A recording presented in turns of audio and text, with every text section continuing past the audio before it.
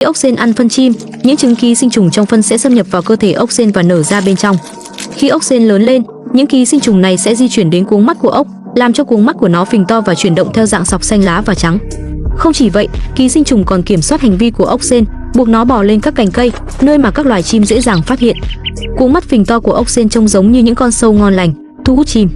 Khi chim lao xuống và ăn chúng, ký sinh trùng sẽ tiếp tục đẻ trứng trong cơ thể chim.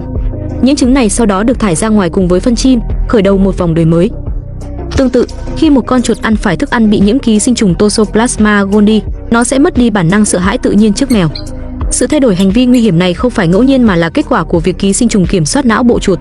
Toxoplasma gondii cần xâm nhập vào cơ thể mèo để hoàn thành vòng đời sinh sản của mình, nên nó khiến chuột bị thu hút một cách bất thường bởi mùi nước tiểu của mèo. Điều này khiến chuột tiến gần hơn tới mèo và cuối cùng bị mèo ăn. Nhờ đó, Toxoplasma gondii trong cơ thể chuột có thể chuyển sang cơ thể mèo, nơi nó tiếp tục sinh sản và phát triển.